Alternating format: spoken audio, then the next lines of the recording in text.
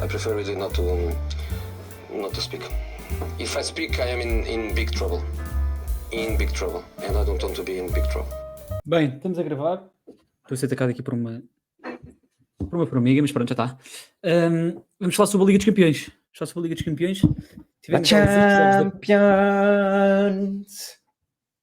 Exatamente. Tivemos já os 8 jogos da primeira mão. E vamos falar sobre os 8 jogos, uns de forma mais profunda que outros, uma vez que eu, pelo menos, todos, né? só consegui. Lá está. Há jogos, pelo menos, que dão à mesma hora. Portanto, em direto só dá para ver 4. Foi os que eu vi e não consegui ver mais nenhum em deferido. Por isso. Mas temos algumas coisas para falar sobre mesmo os outros. Não sei. Mas não interessa a coisa que diz. Portanto, vamos. Esqueci de dizer. Estamos só nós dois outra vez. Os mesmos do último episódio de futebol. Eu e o António. O outro António, como é óbvio. Vamos já para o primeiro dia, que foi, tivemos dois, calhar, para muita gente, os dois melhores candidatos em ação. Em eliminatórias eram claramente favoritos. O City, vamos começar com o City, que foi o atual detentor do título europeu e mundial, foi a Copenhaga jogar num estádio em que o rival tinha perdido. É verdade, com menos um, mas também as diferenças entre o United e o City neste momento estão muito grandes. A verdade é que o City não despachou eliminatória, mas deixou muito bem encaminhado. Pouco provável que o Copenhaga recupere de um 3-1 que perdeu em casa e que vá passar no Etihad. António Cabral, a Manchester City reforça o seu estatuto de, se calhar, principal favorito e, quem sabe, ganhar um bicampeonato europeu. Sim, eu acho que este ano é um ano, à semelhança dos últimos anos, que não temos assim vários favoritos assim de caras. Eu acho que o City está claramente num patamar acima, mas quando são clubes de Inglaterra há sempre aqui o campeonato está completamente em aberto, eles nem estão em primeiro, por isso há sempre aqui essa questão. Por exemplo, acho que se o Bayer Leverkusen estivesse na Champions este ano, era um dos candidatos a ganhar. O que seria interessante. Mas sim, eu acho que o City é o favorito. Eu não quero começar a ver o City aqui no mesmo nia total no futebol. Se ganharem a Champions deste ano e a Premier League, entramos aqui um bocadinho numa situação um bocado lá está, de hegemonia geral. Esta eliminatória, eu acho que pronto, nós já sabíamos quando o sorteio saiu. O futebol às vezes surpreende-nos, mas também não é assim tão imprevisível quanto isso, e o jogo mostrou isso. Foi o domínio total e uma vitória confortável. Não sei quem é que poderá parar este City, sinceramente. Não será o Copenhaga, dizes tu. Sim, não será o Copenhaga de todo, e depois depende também de quem é que eles podem ou não apanhar. Acho que esse encadeamento ainda não dá. Isto depois é por sorteio, portanto, eu acho que há uma outra equipa. A partir dos quartos, acho que no sorteio dos quartos já temos a árvore toda definida, sim. Para meia, final, como é óbvio. Sim, por isso, não sei. Lá está, o futebol também do City, do Guardiola, também é eliminar esta variante, não é? Esta variância de resultados, de controle, de domínio, ao contrário de uma equipa, há equipas mais caóticas, como o Liverpool, que sim, deixam aqui aberto uma porta de um possível reviravolta.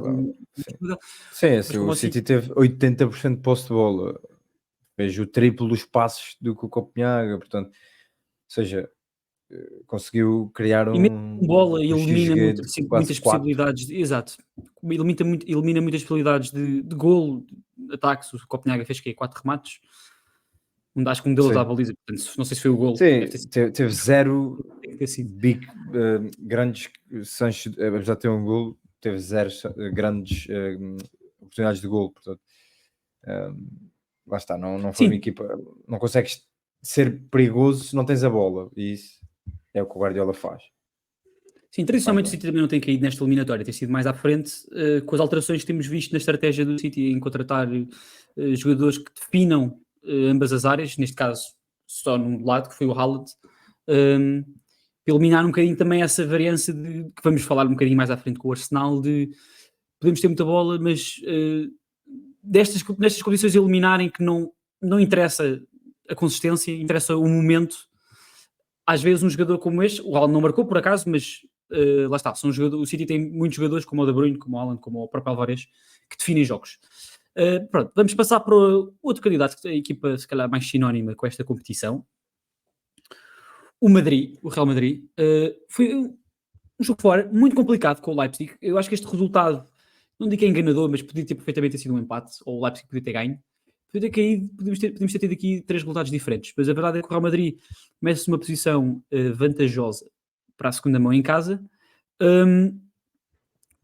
num jogo sem Jude Bellingham, com muitas aqui alterações também, já sabemos das questões dos problemas defensivos, problemas de lesões no setor defensivo, que obrigou a várias adaptações. No jogo contra o Girona jogou, se não me engano, Tchouaméni e Carvajal.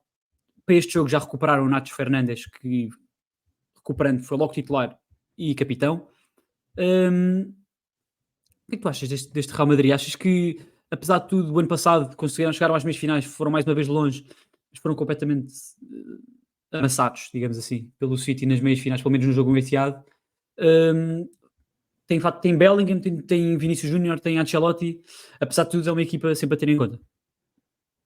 Não é isso, eu acho que mais uma vez não temos um super Real Madrid, temos um Real Madrid que após ano, na minha opinião, está melhor, também porque vai tendo peças melhores. Agora sim, é um Real Madrid com muitas baixas, a ter que fazer remendos com, por exemplo, o Tchouaméni a central. O melhor em campo foi o Lunin, o que já diz muito do jogo, guarda-redes do Real Madrid. Eu acho que o Leipzig, eu não vi o jogo todo. Acho que vi uma estatística que foi o jogo em que um guarda-redes teve mais defesas desde a final da Liga dos Campeões 2022, em que o Courtois bateu o recorde de defesas contra o Liverpool. Portanto, pois é isso. Este Leipzig, para quem nunca viu, que veja, porque é uma equipa muito interessante, com dinâmicas muito interessantes e diferentes até do habitual.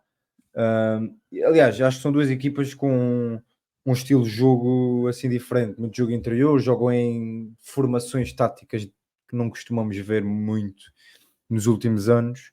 E depois tem uma equipa com qualidade. Eu acho que tem jogadores aqui muito bons. O Xavi Simons faz um jogo muito bom e está a fazer uma época muito boa. Por isso eu acho que esta eliminatória, o resultado não foi bom para o Leipzig, porque eu acho que eles até foram, como tu estavas a dizer, se calhar até foram melhores e vão agora a Espanha com uma desvantagem, o que é complicado. Por isso eu acho que o Real Madrid vai passar, mas lá está, o Real Madrid vive muito disto, vive de não sei como chamar, um perfume diferente que eles têm na Liga dos Campeões, que mesmo nestes jogos um bocadinho mais difíceis acabam por levar a vantagem. E acho que mesmo não sendo um super Real Madrid, são claramente candidatos, e até porque têm a qualidade no treinador, têm a qualidade individual e também coletiva. Por isso, se não tiverem muitas lesões, que neste momento está agressivo, eu acho que podem perfeitamente ser o candidato mais forte abaixo do City. foi interessante este jogo. Este jogo foi o jogo que eu vi do dia, e como tu disseste bem, principalmente o Leipzig não joga com extremos, o Real Madrid também não, mas vemos muitas vezes o Vinícius mais aberto à esquerda, mais à direita é que há uma maior liberdade. E vemos muitas vezes o David Raum a fazer a sobreposição pela esquerda, a combinar bem com o Xavi Simons, tu referiste, e está aqui emprestado, atenção, e com a potencial saída do Mbappé, curiosamente para Madrid, acho que faz parte dos planos do PSG para a próxima temporada, mas sim, faz um bom jogo. Gostei muito também, gosto muito de ver sempre o Dani Olmo. E o ataque é muito interessante, o Benjamin Sesko, que lá está, pela dimensão física, é um jogador que faz lembrar um bocadinho o Haaland, que não é muito fino, mas fisicamente é rápido, é forte, tem aquele remate potente. Lá está, vem exatamente o Haaland também, apesar de não ter jogado no Leipzig, é da escola Red Bull, jogou no Salzburgo. Achei interessante o Henrique a jogar a médio, que é mais sinónimo como um lateral, mas acho que a formação, ao início da carreira, foi feita como médio, fez um bom jogo. Mas sim, lá está, foi na definição. E o Lunin estava no dia sim, não é necessariamente um guarda-redes do top da Europa, mas um guarda-redes e definiu o jogo. E depois no Real Madrid. E vamos ser honestos, é um grande gol do Brahim Dias também que define o jogo, também por aí. Vamos para o jogo de quarta-feira da semana passada, os jogos, perdão, e vamos Fizemos a ponto. Mbappé, Xavi Simons, vamos para Paris. O PSG ganhou 2-0 à Real Sociedade. Um jogo aqui muito interessante, uma vitória interessante, das mais interessantes destes oitavos de final. Golos de Mbappé e do Barcola. A Real Sociedade, que faz mais um jogo. Tem feito uma Liga dos Campeões muito interessante, pelo menos a fase de grupos. Num grupo difícil e bastante divertido, com Benfica, Inter e Salzburgo.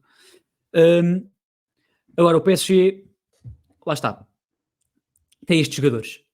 Quando tens um Mbappé, por si só, nem é preciso ir aos outros, aos Dembélés, o Vitinha faz um bom jogo também. É a diferença. E é isto que será que o PSG vai perder nos próximos anos, não é? Sim, lá está. O PSG em 2 anos perde Neymar, Mbappé e Messi a troco de nada. E gastou nesses 3 350 milhões, 370 milhões, pá, aí. Apesar do Messi ter sido grátis também, os outros 2 foram muito caros. Eu acho que o PSG está aqui num processo de... Nós já falamos disto, de mudança de projeto, a contratar jogadores mais jovens, a tentar fazer uma coisa mais gradual, e já perceberam que, pá, não consegues passar de um patamar para o outro muito acima, assim, do dia para a noite. Sei, eu acho que o Real Sociedade é uma equipa muito interessante. Este ano está a fazer uma época muito boa, aliás, nós aqui em Portugal vimos até porque aquilo que foi a forma como esmagaram o Benfica em Espanha. Mas lá está, nestes jogos eu acho que eles conseguiram se bater bem, principalmente na primeira parte. Podiam ter ido a ganhar para o intervalo, mas nestes jogos, e os clubes portugueses também sofrem disto, e a Real Sociedade está mais ou menos nessa linha, que é, pá, quando não se marca, os pequenos erros pagam-se muito caro. E o PSG, nos últimos 20 minutos, nos últimos 30 minutos, faz 2 golos, pá, porque tem os executantes diferenciados, né? Portanto, eu acho que estes clubes, contra estes clubes, ou seja, um clube como o PSG, contra clubes como o Real Sociedade, como o Benfica, como o Porto, acaba muitas vezes por ganhar, não porque é melhor ou porque está a jogar melhor, mas sim porque tem os melhores executantes, e eu acho que foi isso que aconteceu. Vamos ver como é que vai ser, se os gajos vão fazer isto que eu estou a dizer, de agora uma mudança mais gradual, com as contratações mais jovens que têm feito, ou se com a saída do Mbappé vão se passar da cabeça e vão reventar não sei quantos milhões a mais um jogador, não sei. Já tínhamos... Desculpa, não, agora quebrei. Eu achei este jogo interessante, porque o PSG teve muitas dificuldades na primeira parte em sair, passos lateral para o extremo, e a pressão da Real Sociedade estava a funcionar muito bem. Depois era muito difícil criar a oportunidade. O André Silva, pá, confesso que para este nível não me convence, nem costuma ser o titular. Vimos muito, principalmente contra o Benfica, o Oyarzabal, e o outro ponta de lança, Sadik. antes tem o Sadik, mas o ano passado, quando o Sadik não estava, era... Não era o Isaac? Não, já não estava lá. É o Isaac. Não, o Isaac já tinha saído. Eu não sei, já estou confundido, não interessa. Mas pronto, não era o André Silva, é isso que eu estava a dizer. E no momento da definição, do último passo, do remate, dos jogos da vida Real Sociedade este ano, notei uma grande diferença de Oyarzabal e Sadik para André Silva. Acho que fez a diferença. E o PSG, acho que o Luís Henrique até falou sobre isso, falou que esta é a maneira de ser do PSG, de sair. O PSG estava com dificuldades assim, mas estava a insistir muito na mesma maneira e não estava a conseguir. Acho que falta aqui um bocadinho de adaptabilidade ao treinador e à equipa. Não jogou o Garte, por exemplo, jogou o Fábio Ruiz. Também não foi por aí que a equipa jogou, conseguiu construir melhor. É muito cedo, são muito poucos jogos, mas não sou o maior fã ainda do Lucas Beraldo, vai ter de me convencer ainda um bocadinho. É o outro brasileiro que vem com o Gabriel Moscardo, para não confundir os 2 jogadores. O Moscardo ainda não vem agora, acho que só vem no verão. Baixio, o Mandeville estava a ter muita dificuldade a receber de costas, é alguém que gosta de... prefere sempre jogar de frente para o jogo, e depois a partir daí, pela velocidade, com o bem ambidestro, é um perigo à solta. E depois lá está, o Donnarumma pressionado também não é, já falámos muitas vezes sobre ele, não é o melhor jogador, com a bola nos pés. Mas sim, 2-0 é difícil, mas é fazível em San Sebastián. E por cima é um estádio que, dentro da realidade espanhola, que eu não acho que haja aquela pressão que há, por exemplo, na Alemanha ou nos países da Europa do Leste, portanto, o que eu estou a dizer, eu acho que dentro da Real Sim, Espanhola, acho que a sim. Real Sociedade consegue meter esse espírito, pelo menos eu senti isso quando o Benfica jogou lá. O PSG é sinónimo pela eliminação que teve com o Barcelona há uns anos, da reviravolta que sofreu. Vamos avançar para o outro jogo, era isto que eu queria que eu bloqueei há bocado, que já falámos ligeiramente sobre este jogo no último episódio que fizemos, quando tu mencionaste o Bayern. Perdeu em Roma, 1-0, com o Malásio, digamos que na Série A tem faltado consistência ao longo de uma época, ultimamente até tem estado bastante bem, mas não foi uma equipe, não é uma equipa que eu esperava que o Bayern tivesse dificuldades. Falámos também nesse último episódio que ainda há um jogo na Allianz Arena e que, como eu disse há bocado, é um estádio que aí sentes de facto a pressão e que sentes o estádio em cima de ti e a Lazio aí pode sucumbir. A verdade é que o Bayern no Olímpico não fez o único remate à baliza. Sim, é a primeira vez que o Bayern perde 2 jogos seguidos em 4 anos, o que mostra aquilo que tem sido o Bayern nos últimos anos. Mas perdeu 3.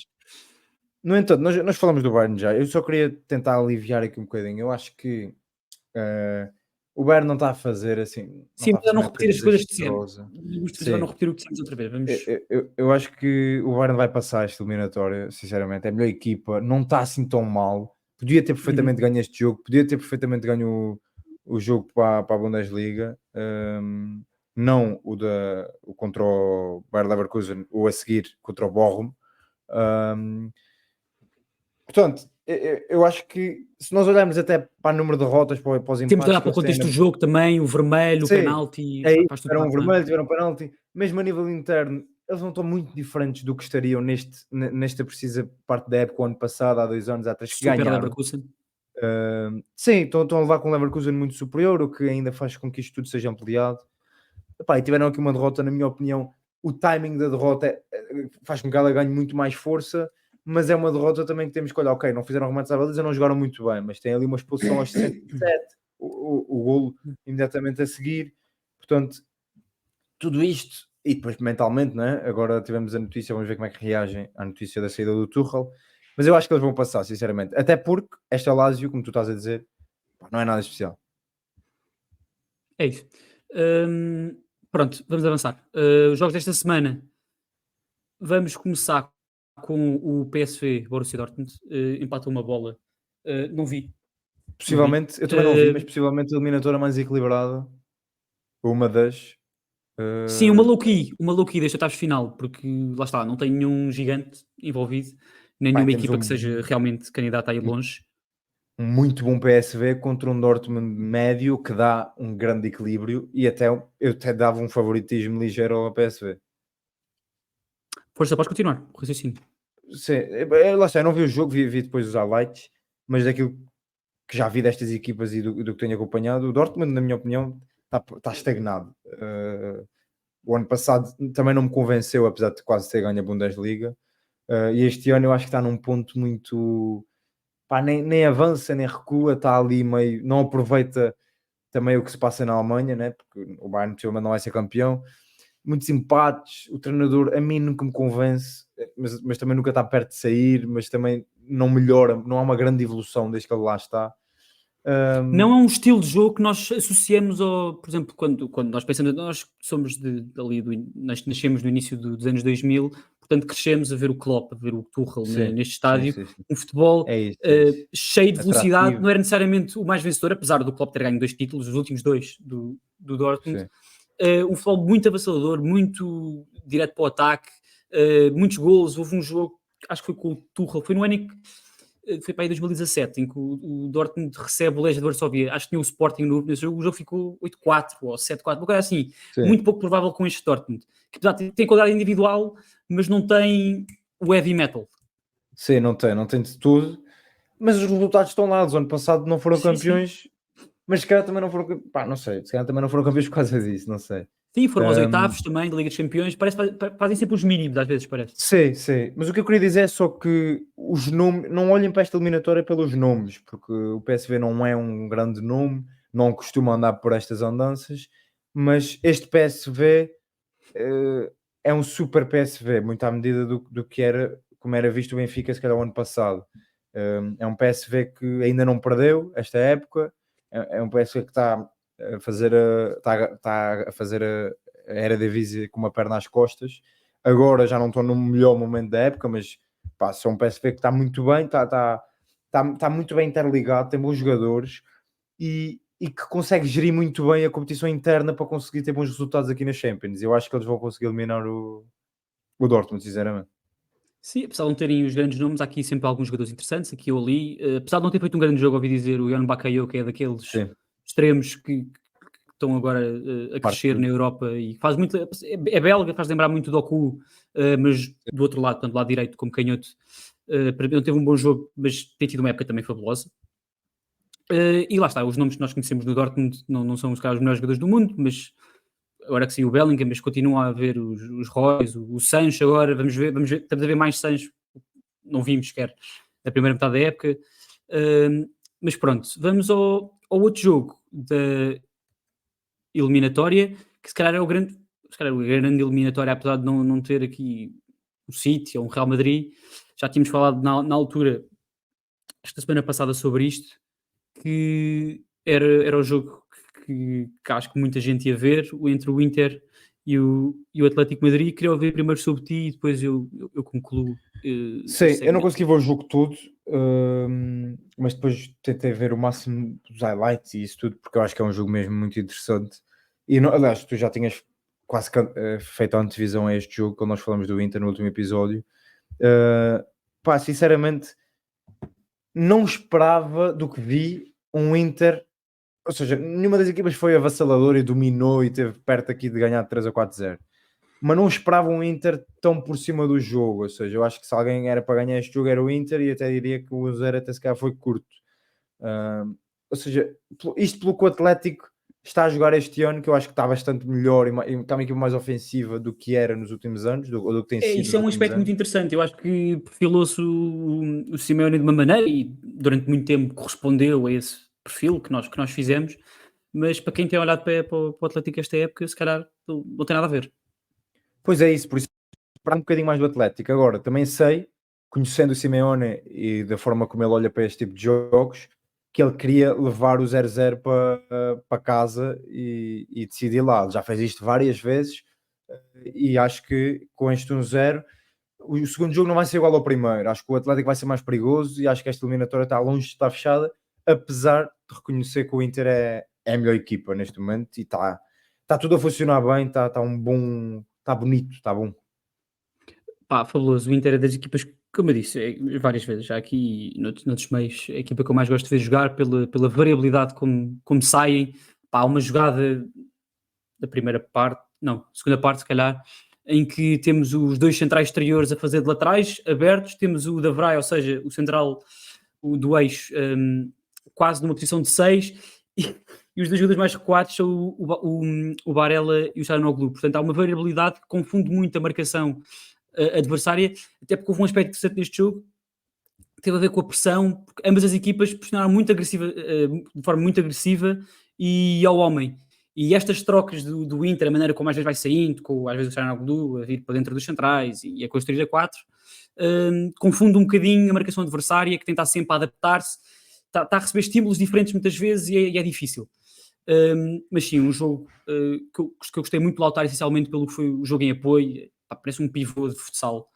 Pá, Jogar em isso, primeiro e no segundo é uma toque. equipa que vai buscar os fundamentos do futebol italiano. Ou seja, Uhum. isto tu teres os dois médios, serem os dois homens mais recuados quando a equipa tem bola para virem buscar o jogo e fazerem as melhores decisões, isto vem do futebol italiano, ou seja, e nós falamos disto do regista, não é? O jogador que comanda todo o jogo, isto é algo que vem do futebol italiano e que eles fazem, a forma como o Inter joga tem muito futebol italiano ali, que hoje em dia, pá, as equipas italianas vê-se muito, são equipas com muita personalidade e continuam ali intrinsecamente com o futebol italiano, mas eu acho que este Inter, pá, a mim pelo menos, chama a parte mais bonita para mim do futebol italiano, é exatamente o que este Inter faz. É isso, a maneira como chama a pressão e depois de repente, em 10, 20 segundos, ultrapassa a pressão e em combinações curtas, 1, 2 toques, aqueles passos, consegue fazer uma jogada do Sommer até à área contrária e fazer uma oportunidade em 10, 20 segundos, pá, é brilhante. E isto eu acho que deve ser dado crédito, muito crédito. Falámos pouco dele na semana passada, sobre o Simone Inzaghi, que está a fazer aqui eu vi esta frase há pouco tempo, que é uma equipa que é mais do que a soma das suas partes, ou seja, não é um conjunto dos jogadores, ele está a conseguir retirar o melhor dos jogadores e construir à volta disso, não, é uma equipa que tem bons jogadores, é verdade, mas coletivamente é super complexa, super elaborada. Sim. E é neste momento, se calhar é por isso também que muita gente a mete como abaixo do tier onde está Real Madrid e City, se calhar mais abaixo. O a seguir, se calhar aparece o Inter com alguma sorte de sorteio, se calhar sem e ainda por cima, por isso, juntando a isso, uma final época passada com estes jogadores, portanto, o ano passado foram à final, este ano mais fortes, mais coesos, ou seja, tudo a funcionar melhor e a fazer uma época interna também melhor do que o do ano passado, ainda mais probabilidades têm de ganhar. Vi um post a dizer que era se calhar o sistema a 3 centrais mais elaborado e completo sempre, deixo no ar para a pessoa. Eu se calhar assim, acho que nunca vi nada assim, e até pelo prazer que me dá a ver jogar, pelo prazer que se calhar que dá aos jogadores ver jogar, porque são várias coisas ao mesmo tempo a atacar e a defender. Eu acho que isso é muito interessante. Mas então, para o último dia, estamos a gravar isto na quinta-feira, portanto, ontem tivemos os últimos 2 jogos da primeira mão. Vamos começar com o jogo, vamos chamar-lhe o Derby de Maradona, Napoli e Barcelona, entre os 2 campeões do ano passado, da época passada, que este ano estão bastante longe do título dos seus respectivos países.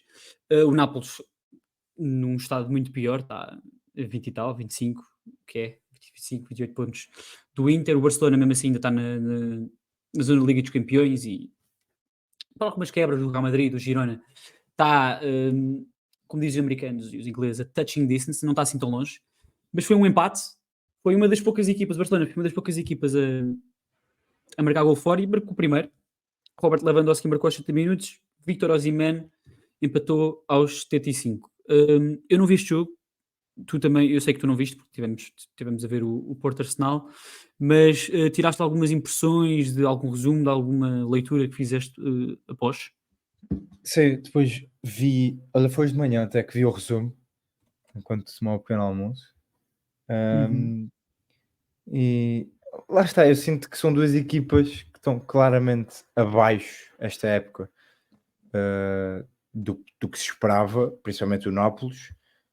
E do que vi, acho que o Barcelona foi superior e este resultado acaba por ser um bom Barcelona, porque com um igual e agora indo para o Camp Nou com tudo empatado, mas acho que podiam ter perfeitamente ganho o jogo. Acho que do que eu vi, o Meret faz a imagem do que falamos do Lunino. Acho que foi o guarda-redes da semana da Liga dos Campeões, por isso faz um grande jogo. E depois o Nápoles consegue também um golo porque tem, apesar de não estar num bom momento, tem jogadores que fazem a diferença e o golo do Osimhen é à ponta de lança. Por isso acho que o Barcelona é claramente mais forte, mas acho que nenhum destas 2 equipas são candidatas a ganhar a Champions, apesar de que o Barcelona é sempre o Barcelona e tem jogadores para conseguir ganhar uma Liga dos Campeões. Não acho é que as condições estejam reunidas para que isso aconteça. E gostei do que vi, e também vi pessoal a falar sobre isso, gostei da exibição do Cancelo, ele que tem estado meio intermitente, ora joga, ora não joga, tal como o Félix, e acho que, eu gostei de jogar à esquerda, do que vi, do que ouvi, acho que fez novamente, está outra vez a subir, ele teve também uma lesão chata, vamos ver se consegue chegar aí no topo para o europeu. Sim.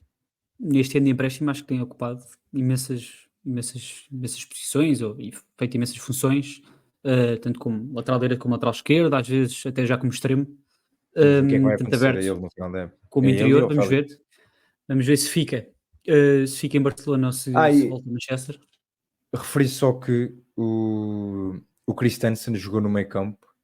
Eu vou ser sincero. Verdade, como tem jogado nos últimos jogos, acho eu, já tem sido uma alteração que não é. Exato. Eu não tenho acompanhado muito o Barcelona. Neste jogo também não vi o jogo, mas vi o resumo. Eu acho que é interessante Ele tem as características para poder encaixar bem ali. Acho claramente uma opção mais viável e com mais potencial do que o Oriol Romeu. Não é uma posição desconhecida, eu acho que ele na formação foi meio defensivo.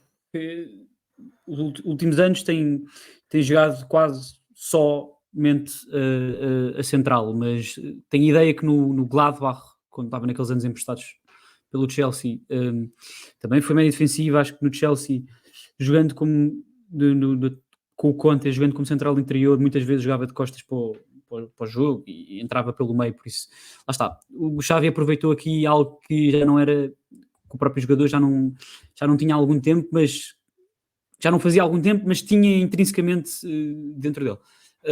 Outro jogador que regressou, regressou, não sei se foi agora, se foi nos últimos jogos, mas o Pedri está envolvido no golo. Sabemos da qualidade, o problema dele não é esse, quando está a jogar é sempre um dos melhores jogadores do mundo mesmo. Ele jogou na frente.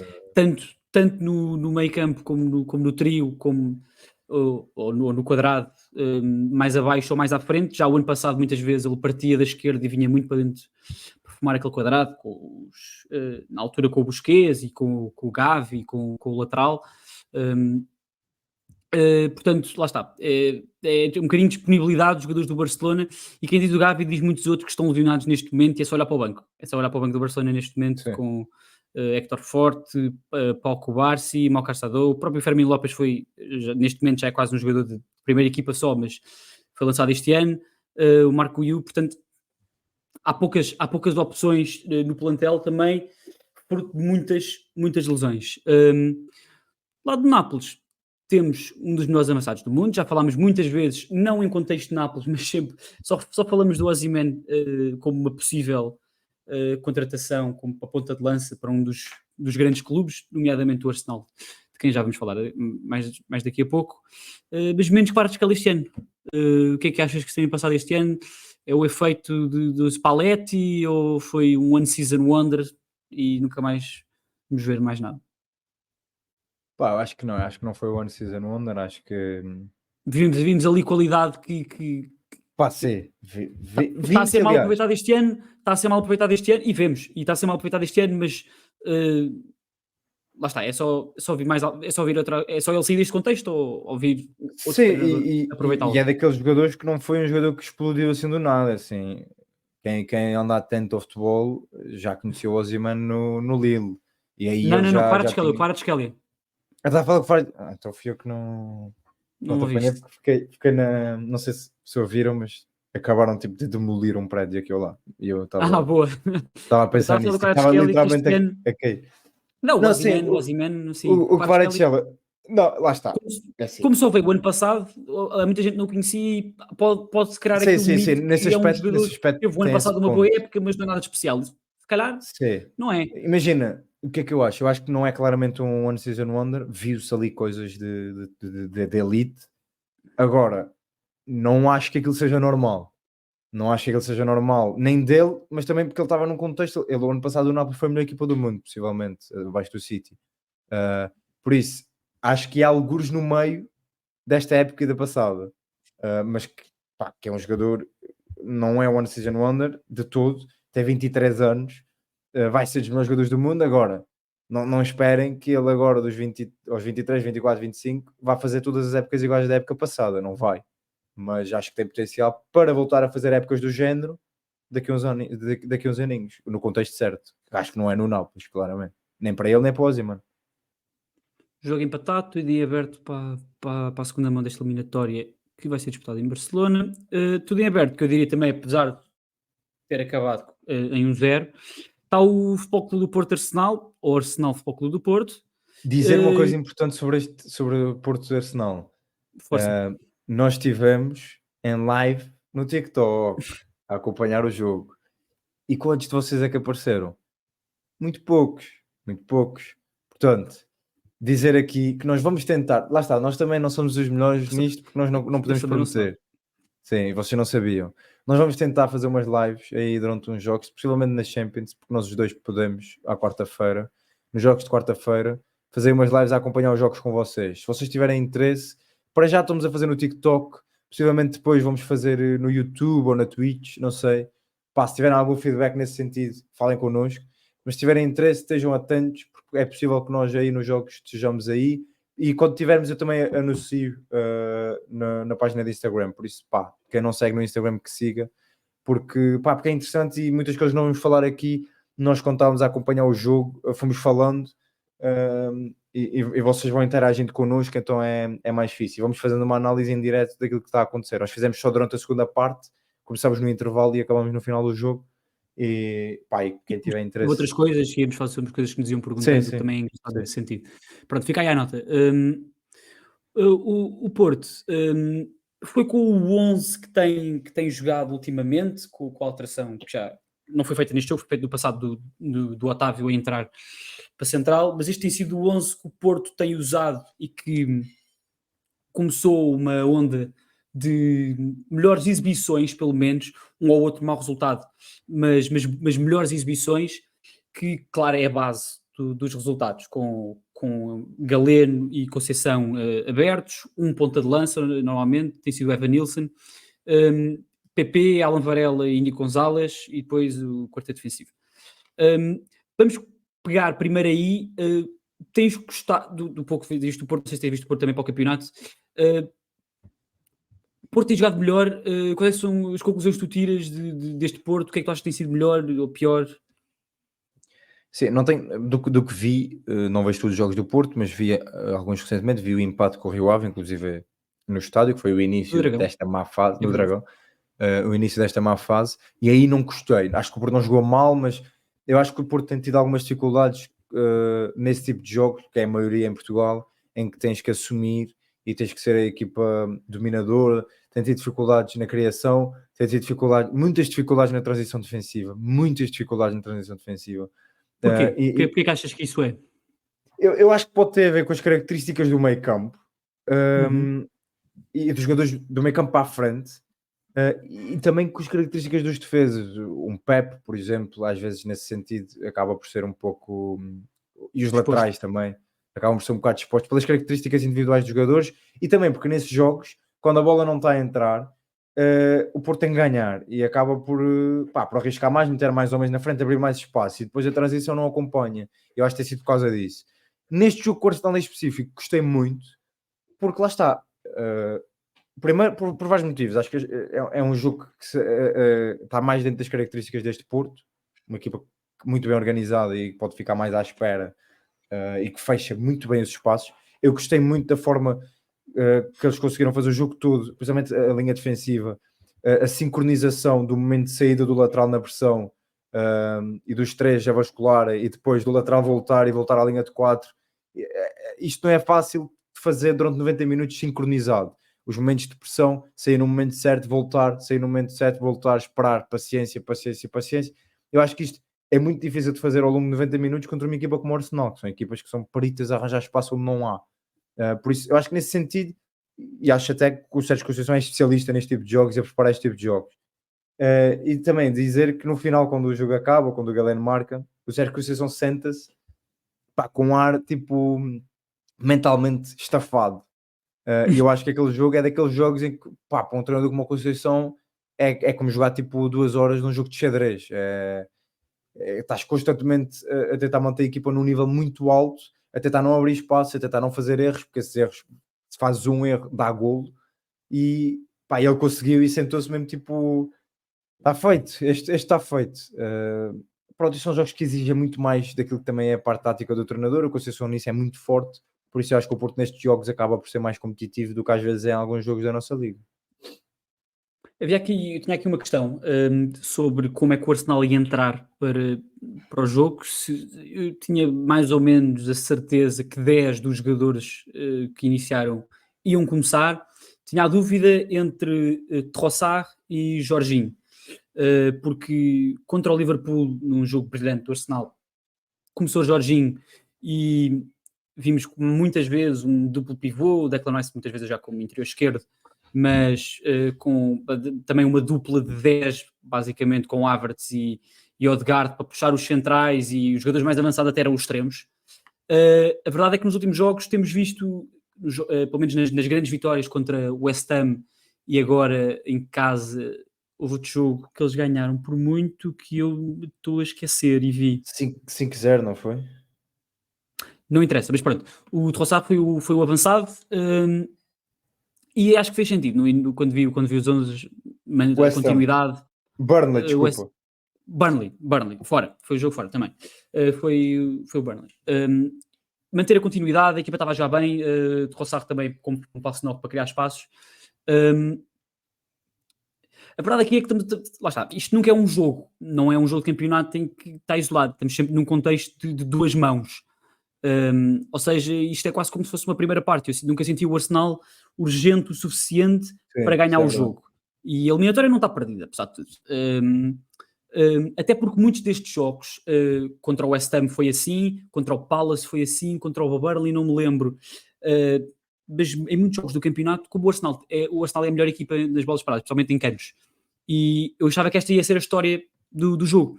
E o Arsenal muitas vezes tem dificuldade em marcar gol em campo aberto e usa em jogo aberto e usa a bola parada ofensiva como meio desbloqueador, basicamente. Porque obriga sempre o adversário, desmotiva primeiro e obriga sempre o adversário depois a reagir e a ser mais proativo. E aí depois o Arsenal encontra mais passos com o Martinelli, com o Saka, o Kai Havertz é brilhante no jogo em transições, em que serve como referência para bolas altas. E o Arsenal estava a conseguir criar oportunidades e ia conseguindo, nos cantos, acabar o canto com um remate ou tocar na bola, só que não estava a conseguir marcar golo. E eu achava genuinamente que ou o Arsenal marcava um gol de canto e o jogo ficava 1-0, ou então depois abria, ou então o jogo ia ficar 0-0, porque também não estava a ver o Porto, apesar de ter tido aquele lance da primeira parte do Galeno, não estava a ver o Porto a assumir. E a verdade é que o Porto também só ganhou porque foi um lance de gênio do Galeno, um lance também podemos dizer de infortúnio ou de infortúnio, ou de quem não falar da outra palavra do Raya, em que foi mal batido para muita gente, e acho que sim também. E como falámos do início do jogo, quando falámos deste episódio do City, que nos primeiros anos do Guardiola controlava muito os jogos eliminatórias, e acho que o melhor exemplo disso é o Real Madrid, em que tiveram uma eliminatória tem, vamos dizer, 70 minutos, eles tiveram 160 minutos por cima, em que foram melhores que o Real Madrid, mas naqueles últimos 10, Benzema, Rodrigo, Vinícius, decidiram o jogo, eles foram eliminados, é isso que vale, são esses 10 minutos. Enquanto no campeonato é a consistência que passa. E é que se calhar é isso que falta ao Arsenal, falta se calhar os jogadores que o City e o Liverpool têm na Premier League e que definem os jogos em ambas as áreas. O Alisson na defesa e o Salah no ataque, o Haaland no ataque, o Rodri muitas vezes no ataque, o Arnold, o De Bruyne. E o Arsenal tem bons jogadores, é verdade, que muitas vezes definem e resolvem jogos, mas não são aqueles, se calhar, não são esses jogadores que eu acabei de referir, se calhar. Sim, se nós olharmos para os jogadores do Arsenal, não é um Bukayo Saka, não é um Trossard, não é um Martinelli, não entram nesse espectro. Isso é verdade. Se calhar são jogadores de elite a esse nível, mas que não definem os jogos, se calhar. Aspecto, sim. Sim. Como é, por exemplo, o Bernardo Silva. O Bernardo Silva é um jogador de elite que não é ele que define os jogos, por exemplo. Sim. Eu gostava só de referir duas coisas. Primeiro dizer que o Porto, do que eu vi, ganhou um central no Otávio, que era muito necessário que isto desse certo e rápido. Pá, eu ele fez 2 jogos, acho eu, pelo menos eu vi 2 jogos, e gostei imenso.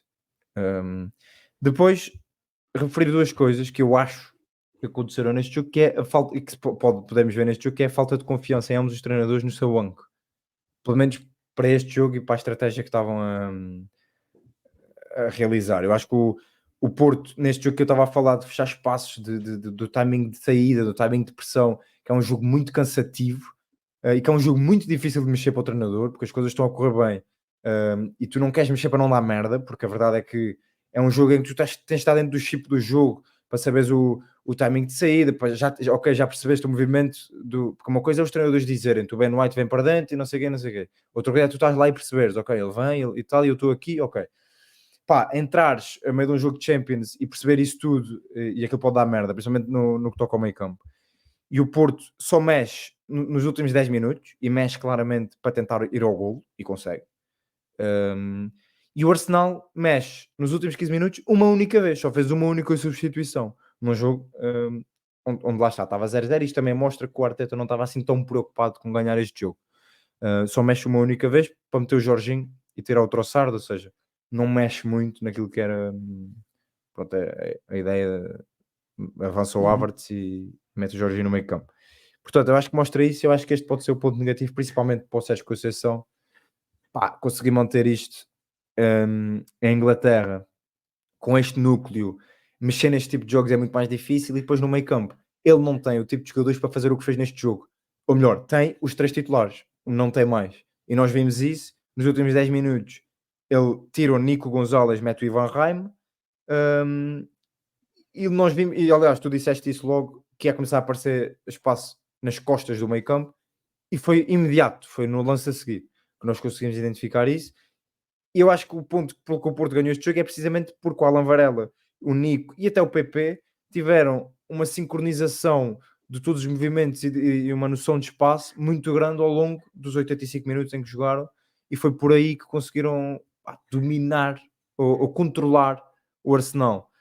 E eu acho que isso é muito difícil de fazer em Inglaterra durante 90 minutos, ainda para mais quando tu sabes que no banco não tens ninguém que possa entrar e manter a equipa estável.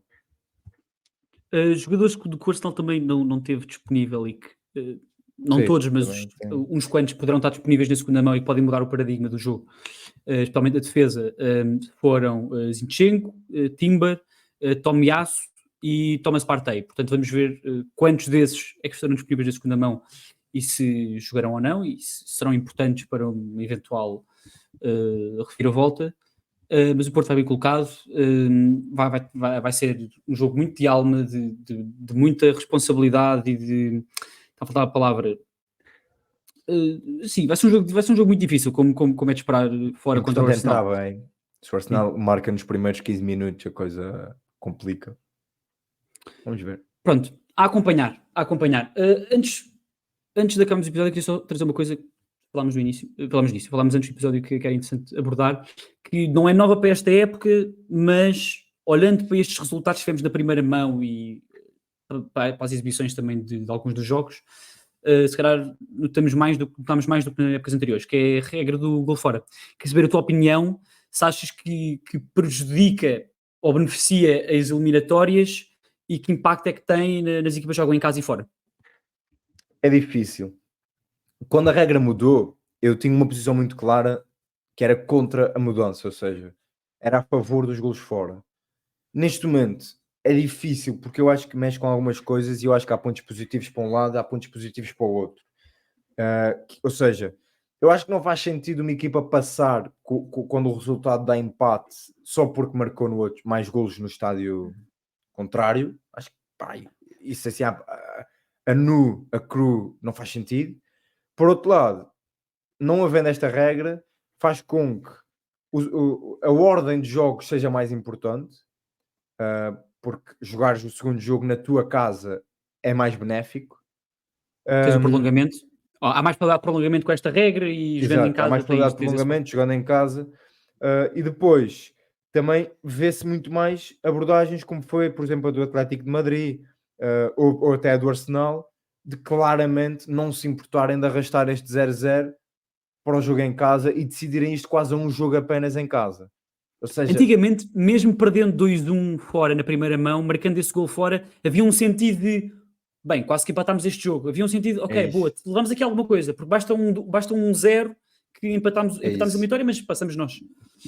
Ou seja, para o espetáculo, eu acho que não é bom esta regra como está neste momento, porque faz com que as equipas se fechem mais, não arrisquem, e acabam por enganhar um bocadinho o primeiro jogo à espera do segundo. A nível de verdade desportiva, também não consigo dizer se é bom ou não, porque acho que não é bom tu podes passar apenas por marcares um golo fora, mas também acho que não é favorável tu jogares um prolongamento no campo do adversário só porque o sorteio assim o ditou, sem tirares nenhuma vantagem disso, só tiras desvantagem. Portanto é um pau de dois bicos. Esta regra, lá está, permite que hajam mais prolongamentos e que hajam mais minutos. O prolongamento em si, para além de ser mais exaustivo para os jogadores, acho que para mim, eu nunca fui grande prolongamento, eu senti que é só mais meia hora quase que a adiar o inevitável com os seus penaltis. Aquilo é muito, parece que são jogadores que estão-se a arrastar um bocadinho. Nunca fui grande fã. Às vezes melhor, mas são muito poucos os casos, são raros. Mas sim, acho que falaste num ponto essencial que é alguém olhar de fora, alguém que não é do futebol, não está habituado a esta regra, porque fora deste mundo, isto não sei se é aplicado em mais alguma modalidade, é um bocado estranho. Ok, empatámos, mas aquela equipa passou simplesmente porque colocou mais golos fora, é um bocado estranho. E há o argumento também de mas de facto, se olhares para esta primeira mão, as equipas que jogaram fora sentiram-se menos, não se sentiram obrigadas a atacar e a marcar golos. Tudo bem, mas as equipas que estavam a jogar em casa também não tiveram receio de se meter a defender, porque se forem um golo vão para a segunda mão com muitos mais outros problemas. E a verdade é que estão a jogar em casa, também há a função quase ética ou moral de temos 30 mil pessoas que pagaram um bilhete para nos ver e nós estamos aqui simplesmente a guardar um 0-0 porque impedimos que a equipa adversária marcasse golo e isso para nós até é interessante. Lá está, para cada fotografia há duas versões, ou para cada história há duas versões, não sei qual é o ditado, a expressão, o que for, não interessa. Há duas maneiras de ver a coisa. Portanto, deem as vossas opiniões sobre isto. Se gostam ou não, lá está. Só o facto de, para mim, dar mais prolongamentos não me interessa muito, mas depois também não faz muito sentido só por marcarmos mais gol fora para passarmos. Por acaso, isso aí é um tema interessante. Os jogadores de elite, por acaso, ouvindo Gary Neville, Jamie Carragher, Roy Keane, esses jogadores que passaram por esta experiência, jogaram muitos jogos europeus, muitas eliminatórias, falaram eles próprios gostavam, apesar de sentirem na altura uma pressão gigante a jogar e sofrer um gol fora, sofrer um gol em casa era uma coisa, era uma nuvem negra que via, parecia que tinha caído a saia terminada. E eu acho que a probabilidade das grandes reviravoltas e daqueles grandes jogos de Champions é maior de existirem mais com a regra antiga. Porque um golinho fora faz aqui a diferença e dá-te, nem que seja só psicologicamente. As grandes reviravoltas aconteceram... Aquele 6-1 do Barcelona contra o PSG, aquele sexto golo só é tão importante porque antes desse sexto golo estava 5-1, ou seja, a minha tarde estava empatada porque tinha ficado 4-0. Mas a verdade é que na altura o Barcelona estava eliminado, portanto precisava daquele sexto golo. Se calhar hoje em dia é isso. Eles ficavam confortáveis. Bem, já ganhámos 5-1, pá, já é ótima esta recuperação, vamos levar para o prolongamento, temos meia hora para passar. Ali não, ali era a urgência máxima. O jogo acaba aqui e nós vamos fora. Sim. Eu acho que, o jogo contra... pensando um bocado sobre isso, eu acho que iria chegar à conclusão que preferia a regra antiga. A reviravolta do Tottenham em Amsterdão, em que eles perdem 1-0 em Londres, estão a perder 2-0 lá e o jogo acaba por ficar 3-2, ou seja, a eliminatória fica empatada, mas o Tottenham passou e só temos esse momento do gol do último minuto do festejo do Lucas Moura, do Harry Kane, do Pochettino, porque havia essa regra do gol fora. Portanto, se calhar perdemos aqui memórias e momentos. É isso. Não interessa. Mas ia só dizer, para deixar aqui, pode ser um tema interessante para um futuro episódio nós abordarmos, como abordamos agora, tu não estavas no episódio da NBA, possíveis formas de melhorar o All-Star Weekend, possíveis formas de desempate, que é uma regra que já mudou muito, já houve o gol de ouro, há o prolongamento, há penaltis, nunca se percebe bem. Nunca se percebe bem quando é que há prolongamento, quando é que não há, porque é que há, porque é que não há, é um bocado estranho. Sim, as competições vão variando, têm as suas próprias regras, por isso é sempre um bocado confuso. Às vezes sabemos no momento. Qual seria a melhor forma? Seria jogo e penaltis, jogo e outra coisa e penaltis, jogo e outra coisa qualquer. Se o gol de ouro fazia sentido ou não. Pode ser que um tema interessante para discutirmos, se calhar antes do Euro, porque eu acho que isso nas seleções ainda se sente mais nessas competições.